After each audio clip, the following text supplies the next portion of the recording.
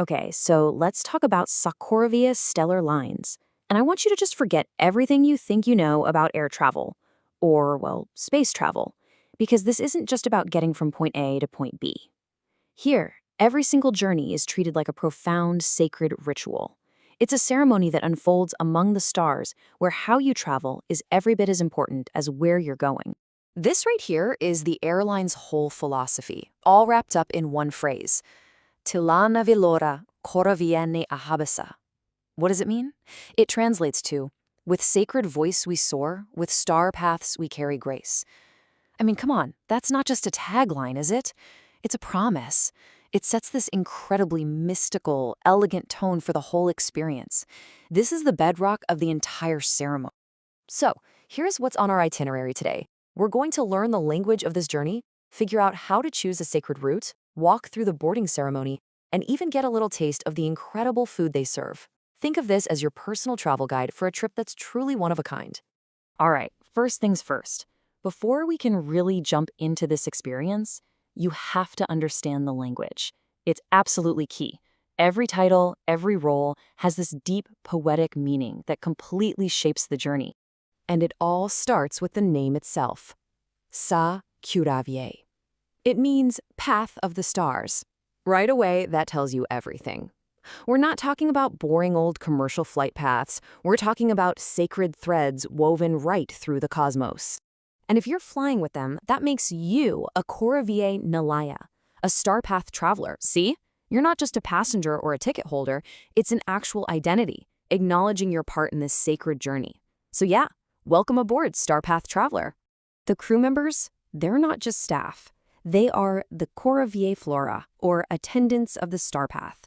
They're seen as these really graceful guides, there to ensure your comfort, but also to uphold the whole ceremonial vibe of the flight. And leading the way, you've got the Qorravië Tilkar, the voice guide of the Star Path. I just love that title.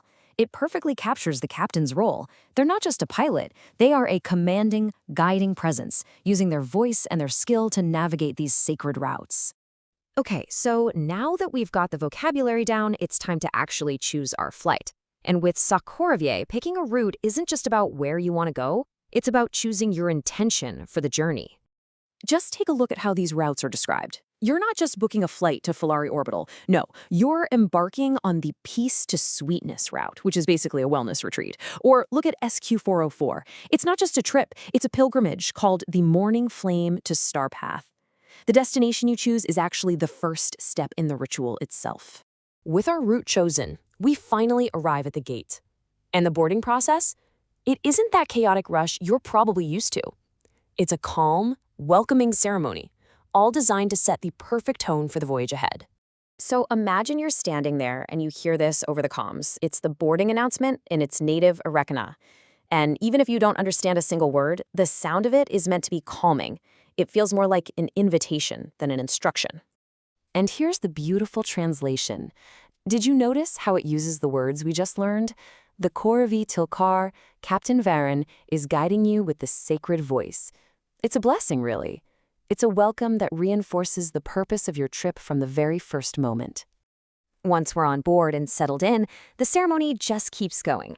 For travelers in the highest class, which is called Celestial Sovereign, the mid-journey meal is known as the Qamrosëa Feast, and its purpose isn't just to fill you up, it's to provide what they call divine nourishment.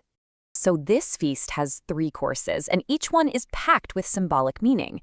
You've got the flame-braised starfish, the shimmering twilight rice pearls, and a delicate sky fruit compote. Let's break them down. The main course is just stunning to look at. The starfish has this firm char on the outside, but the inside is incredibly soft. But really, it's the symbolism that matters. Each of its 5 points represents a core part of who you are: your breath, voice, soul, will, and truth. You are literally nourishing every single layer of your being. Next up is the shimmering mound of soft, pillowy rice pearls. The whole dish is designed to look like a star field against a twilight sky. It's meant to bring clarity to your inner world, to kind of stabilize your spirit as you journey between worlds. And to make the experience even deeper, there's this little optional ritual. You whisper, "Sacred breath, speak through my voice." and you totally transform the act of eating into a spiritual practice. You're infusing the food with your own intention. It's pretty cool. Of course, the experience is a little different depending on your travel class. So let's take a look at the Velvet Ember class. Later in the journey, they're served a dessert ritual called the Moria Sweet Calm, and it's all about soothing the spirit. This experience is a bit simpler, but honestly, it's no less profound. It just has two parts: a really delicate rose pistachio cake bite and a warm glass of lavender moon milk. So this tiny cake, it's more than just a dessert. The flavors, that moist, floral, nutty taste, it's all meant to evoke the feeling of a silent, steady flame inside your heart. It's a kind of sweetness that's protective and comes from a place of deep calm. And the drink that comes with it is this warm, frothy milk with lavender and honey. Its whole purpose is just to soothe you. That floral, earthy smell is said to harmonize your throat and breath, getting you ready for some restful sleep or maybe just quiet meditation. And just like the big feast, this dessert has its own ritual. A simple whisper, calm sweetness of Moria, turns this small act into a really mindful moment of peace. It just goes to show you, every single detail, every action, is a chance to be intentional. So as we start to put all these pieces together, the language, the roots, the meals, the rituals, it becomes so clear, doesn't it? This is so much more than a journey. In this world, how you arrive actually shapes who you are when you get there. Sa-Qorravië literally turns transportation into a ceremony for your soul. And that brings us to one last big question to think about. If a journey is a ceremony, what does that make the destination? Does the physical place you end up even matter as much anymore? Or is the transformation that happens along the way the real reason for the trip?